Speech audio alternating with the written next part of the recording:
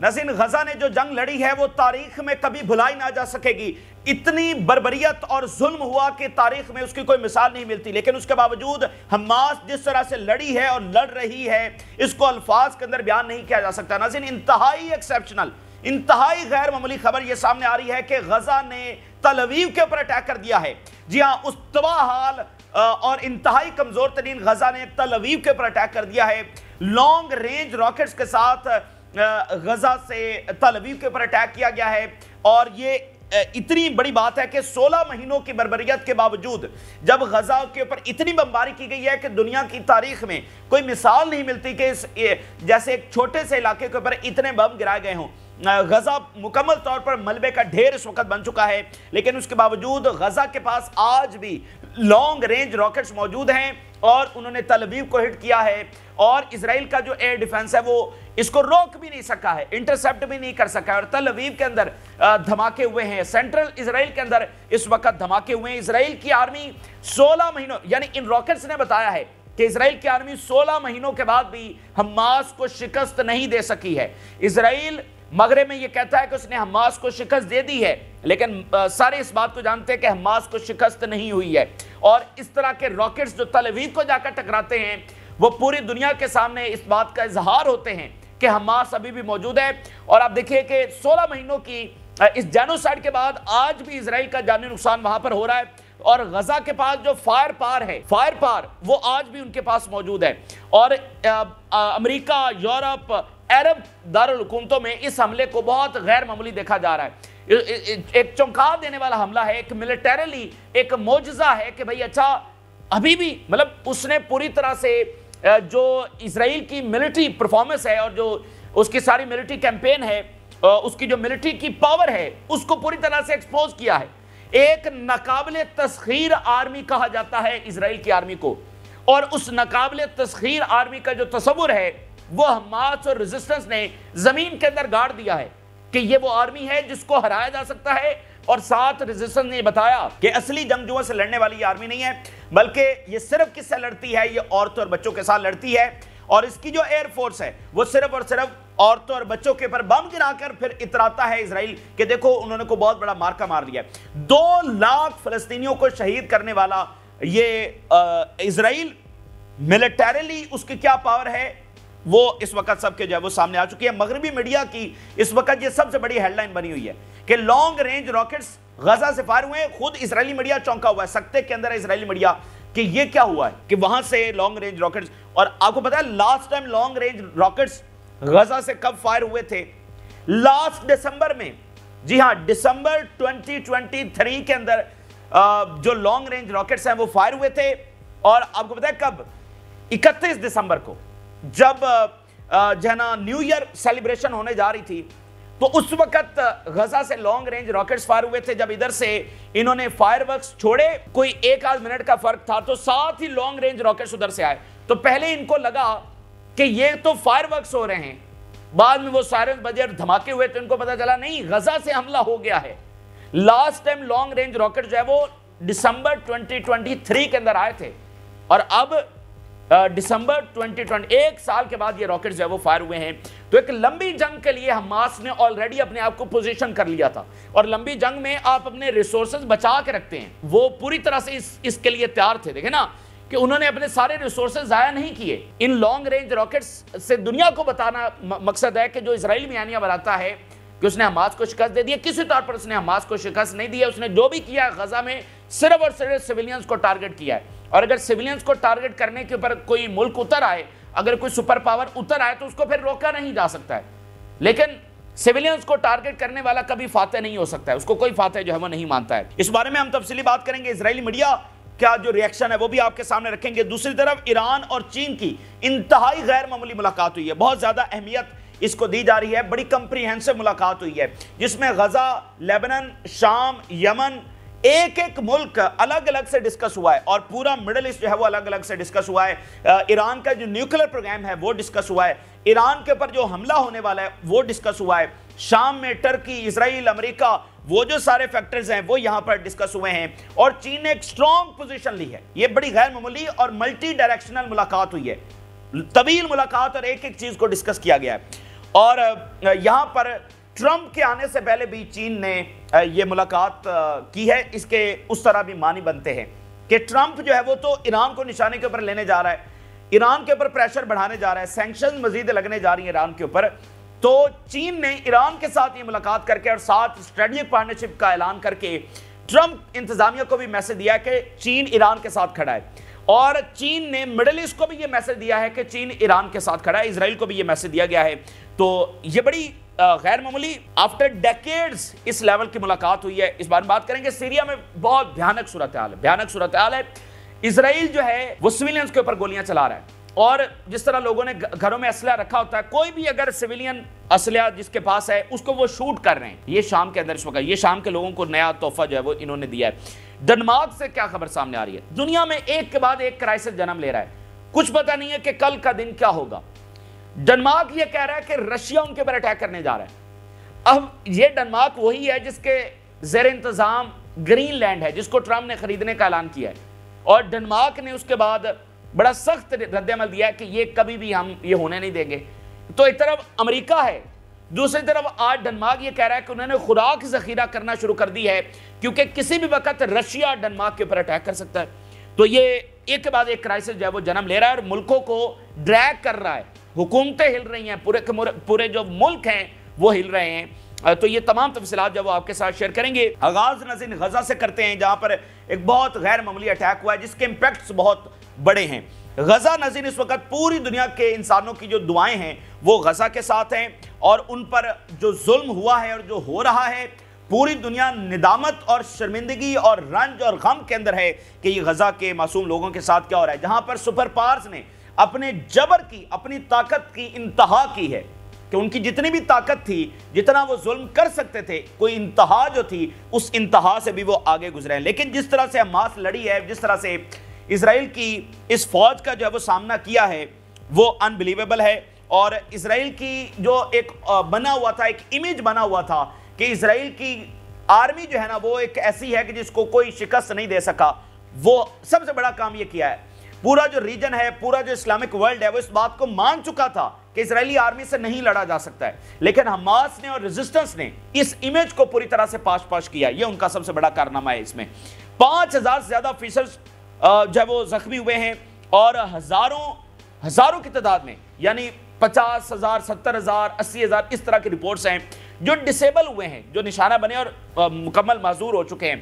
سینکڑوں ٹینکس اور armoured vehicles اور بلڈوزرز, ٹروپ کیریئرز, یہ وہاں پر تباہ ہوئے ہیں. اور آج یہ پتہ چلا ہے کہ لانگ رینج راکٹس ابھی تک حماس نے بچا کے رکھے ہوئے ہیں.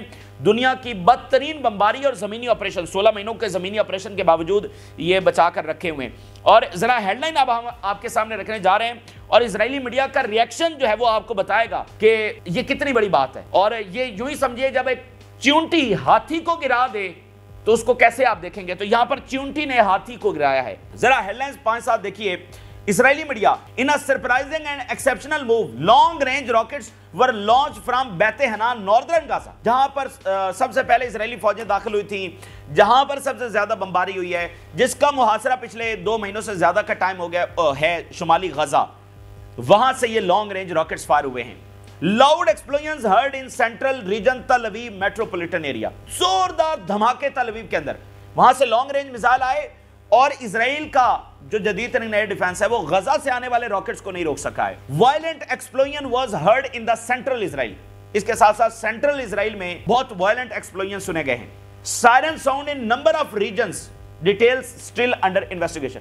کئی ریجنز کے اندر 7 سائرنز بجے ہیں, اور لاکھوں اسرائیلیوں کو پھر شیلٹرز میں جانا پڑا ہے. یہ غزہ سے انہوں نے راکٹس فائر کیے ہیں. The last time long range rockets were fired from Gaza at the Jerusalem area was in December of the last year. آخری بار دسمبر میں یہ فائر ہوئے تھے. Rockets fired towards Jerusalem from بیت Hanan area where the Israeli army is present. وہاں سے fire ہوئے جہاں پر اسرائیلی آرمی ابھی بھی موجود ہے. وہ ابھی بھی ان ویپن کو ڈسکور نہیں کر سکی ہے. اندازہ کریں نا کس طرح سے انہوں نے چھپا کے رکھے ہوئے کہ اسرائیلی آرمی وہاں پر موجود بھی ہے, پچھلے 16 مہینوں سے موجود ہے, اس کے باوجود وہ نہیں نکال سکی ان ویپنز کو. Army estimate shows Hamas has more missiles capable of reaching Tel Aviv and Jerusalem. Hamas کے پاس ابھی بھی وہ لانگ رینج میزائلز پیچھے اور پڑے ہوئے ہیں जो तलवीव और यरूशलेम तक पहुंच सकते हैं। देखना, यरूशलेम का एक मुहासरा है, ना उसकी आवाज बाहर जा रही है, ना वहां से वीडियो सामने आ रही हैं, क्या हो रहा है वहां के लोगों के साथ। इजराइल की अपनी एक मीडिया मशीनरी है, अमेरिका साथ है, एक बयानिया बनाया जाता है कि वहां पर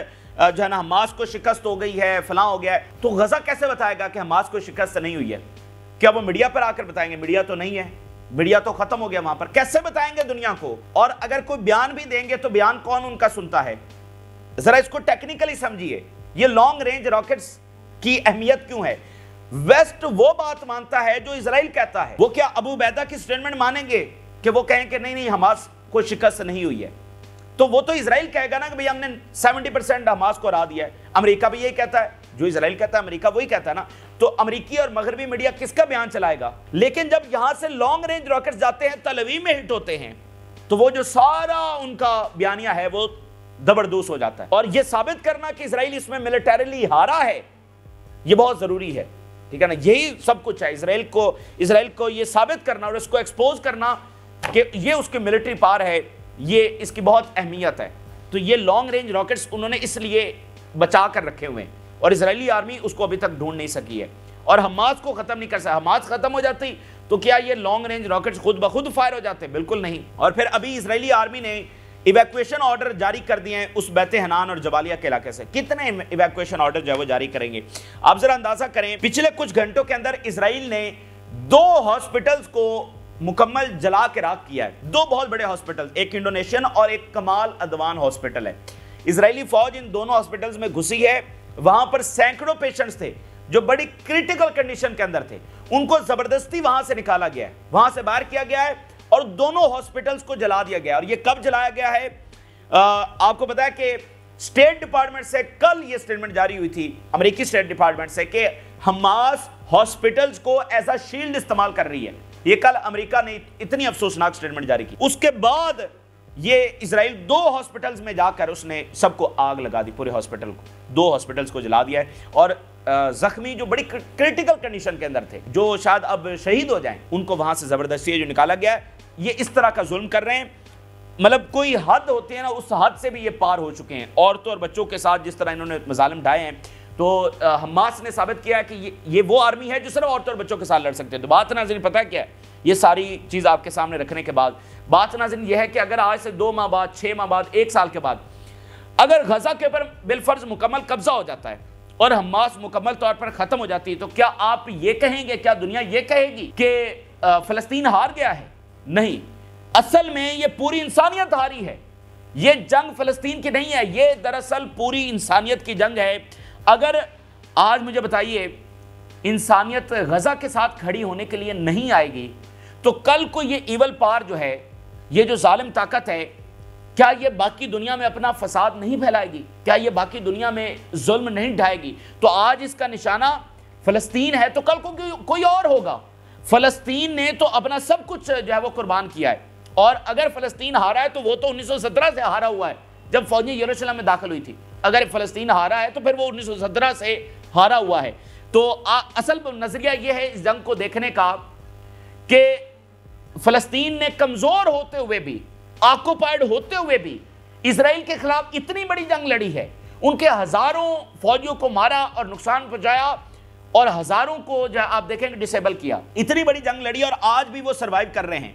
तो उन्होंने दुनिया को दिखाया कि ये सरजमीन उनकी है और इसके लिए उन्होंने अपना सब कुछ कुर्बान कर दिया है। और इसके लिए वो इस तरह से लड़े हैं कि शायद ही पूरे प्लेनेट पर कोई इस तरह से लड़ा हो। और दुनिया के लिए, इंसानियत के लिए उन्होंने नाज़रीन सवाल छोड़े हैं कि अगर दुनिया कमजोरों का दिफा करने के लिए नहीं आएगी, अगर कमजोरों को बचाने के लिए नहीं आएगी, तो ये दुनिया की हार है, ये फ़लस्तीन की हार नहीं है।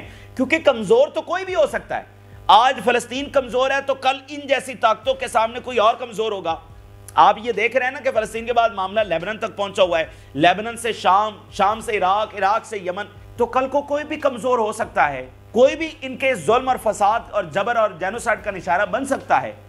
तो इसमें हार किसकी हुई?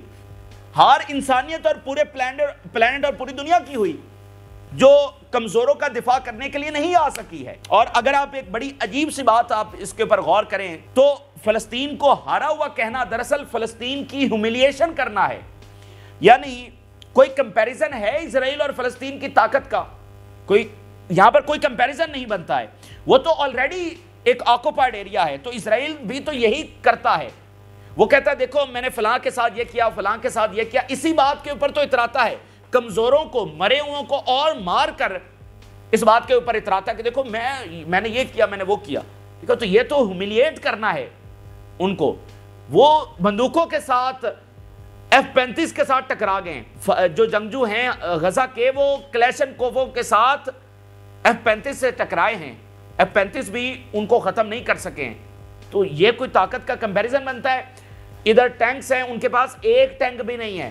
ادھر اتنے بڑے جہاز ہیں اور ان کے پاس ایک بھی نہیں ہے. تو یہاں کوئی کمپیریزن بنتا ہے؟ تو وہ تو اپنی کیپیسٹی سے بہت آگے لڑ گئے ہیں, اپنی آخری سانس اور آخری قطرے تک لڑے ہیں, اپنا سب کچھ قربان کر دیا ہے. تو یہ باقی دنیا کے ذمہ داری اسلامی دنیا کہاں ہے؟ کیا اس کا کوئی فرض نہیں ہے کہ وہ مظلوموں کا دفاع کرنے کے لیے آئے؟ کیا انسانیت کا کوئی فرض نہیں ہے؟ کہ یونائٹڈ نیشن کا کسی کا کوئی فرض نہیں ہے؟ اگر ایسے ہی دنیا نے چلنا ہے تو ٹھیک ہے, آج فلسطین سے کل کو کوئی اور ہوگا. اور وہاں بھی کیا ہوا ہے؟ صرف معصوم لوگ نشانہ بنے ہیں, معصوموں کے اوپر ان کا زور چلا ہے. کیا اگر وہ ریئل وار لڑتے, اگر وہ جنگجوؤں کے ساتھ لڑتے تو یہ ثابت ہوا ہے کہ وہ ہارے ہوئے ہیں. اصل بات دیکھا جاتا ہے ملیٹریلی کیا ہوا ہے, ملیٹریلی they are defeated. تو یہ غیر معمولی خبریں آپ کے سامنے رکھی. اب ذرا آ جاتے ہیں ایران اور چائنا کے حوالے سے. ہسٹورک, کمپریہنسو اور ایک بڑی امپیکٹفل میٹنگ ایران کے فارن منسٹر اور چائنا کے فارن منسٹر کے درمیان ہوئی ہے. بڑی طویل ملاقات ہوئی ہے. چین اس ملاقات کے بعد جو اعلامیہ جاری ہوا ہے وہ کھل کر سامنے آیا ہے اور مڈل ایسٹ میں یعنی کہ اس نے کھل کر جو ہے وہ پوزیشن لی ہے. آپ کے سامنے کچھ ہیڈ لائنز رکھنے جا رہے ہیں, اس کے بعد آپ کو اندازہ ہوگا. No to foreign intervention in Middle East, China Iran meeting. کوئی غیر ملکی مداخلت ہمیں قبول نہیں. ایران کیا کہتا ہے؟ امریکہ کی یہاں پر ہمیں قبول نہیں ہے, امریکہ کو ہم نکالیں گے. تو غیر ملکی طاقتیں یہاں پر کون سی ہیں؟ امریکہ ہے نا, نیٹو ہے, اور کون ہے؟ تو چائنا کیا کہہ رہا ہے جوائنٹ اعلامیے میں؟ No to foreign intervention in Middle East, یعنی کہ امریکہ کی انٹرونشن ہمیں قبول نہیں ہے. Talks in Beijing useful and comprehensive. اور اس میں the upcoming year will be crucial for the Iranian nuclear fire, Iran کے فارن منسٹر کہہ رہے ہیں. یہ جو 2025 ہے یہ بہت ڈیسائیڈنگ ہونے جا رہا ہے, اور اس میں ایران کا جو نیوکلیئر پروگرام ہے اس حوالے سے ایران کے فارن منسٹر کہہ رہے ہیں کہ بہت کروشل ہوگا. اور پھر انہوں نے کہا کہ important discussions were held in China on several issues, most notably terrorism. Afghanistan بھی ڈسکس ہوا ہے, and the Israeli aggression against Gaza, Lebanon and Syria. ایک ایک ملک کو ڈسکس کیا گیا. پوری جو گریٹ گیم ہے اس کو ڈسکس. آپ ذرا افغانستان ایک بہت امپورٹنٹ $3 ٹریلین کے ریئر ارتھ منرلز ہیں وہاں پر, اور جو اسٹریٹجیکلی اس کی لوکیشن ہے. اب دیکھنا کہ افغانستان پورا ان کے انفلوئنس میں چائنا کے ساتھ تعلقات, تو افغانستان اس گیم سے کہیں پر آؤٹ نہیں ہے, یہ بات ذہن میں رکھے. اور نہ ہی پاکستان اس گیم سے کسی طرح سے آؤٹ ہے. یہ کنٹینمنٹ پالیسی ہے جو چائنا کے خلاف اس وقت کی جا رہی ہے, پہلے رشیا کے خلاف کی گئی تھی. رشیا کیوں آیا تھا افغانستان میں؟ کیا لینے کے لیے آیا تھا؟ راستہ لینے کے لیے آیا تھا یہاں تک, ٹھیک ہے نا, عربین سی تک راستہ لینے کے لیے. اس وقت چائنا کے خلاف بھی وہی کنٹینمنٹ کی جا رہی ہے. وہاں دیکھیں پیسیفک میں اس کو سارا گھیرا جا رہا ہے. تو پاکستان سے وہ گزرنا, مطلب پاکستان ایک ایسا راستہ ہے کہ جس کو کنٹین اس وقت نہیں کیا جا پا رہا. حالانکہ سوویت یونین کے خلاف پاکستان امریکہ کے ساتھ چلا گیا تھا اور یہاں انہوں نے کنٹین کیا تھا سوویت یونین کو, جس کے بعد وہ کلیپس ہو گیا. تو افغانستان ایک پوری گریڈ گیم کا حصہ ہے. تو افغانستان بھی ڈسکس ہوا ہے. Tehran and Beijing are determined to expand their bilateral relations as strategic partners to serve the interest of the both side. Strategic partner کے طور پر وہ کہہ رہے ہیں کہ ہم آگے بڑھیں گے. اور پھر ایران کے فارن منسٹر کہہ رہے ہیں آئرن کلیڈ. انہوں نے چائنا اور ایران کی جو پارٹنرشپ ہے اس کو آئرن کلیڈ کہا ہے. آئرن کلیڈ کا لفظ آپ نے سنا ہوگا.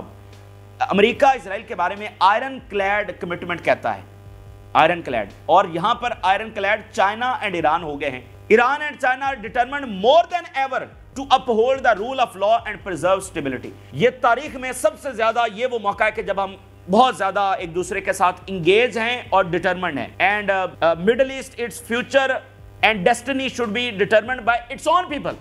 مڈل ایسٹ کا جو مستقبل ہے, شام کا جو مستقبل ہے, وہ اس کے اپنے لوگ طے کریں گے, باہر سے کوئی نہیں آئے گا. اس کے علاوہ انہوں نے کہا کہ جو ریلیشنز ہے وہ اسٹرینتھن ہوں گے, نہ صرف ڈیفنس میں بلکہ economy, trade, investment, energy, transportation and bilateral relation جو ہے وہ انہینس کیا جائے گا. اینڈ کمپریہنسو پروگرام کے تحت یہ سارا کچھ ہوگا. اور بیجنگ نے کیا کہا؟ Beijing strongly support Iranian safeguarding legitimate rights and interest regarding nuclear program, very very important statement, and oppose the repeated use of sanctions and pressure.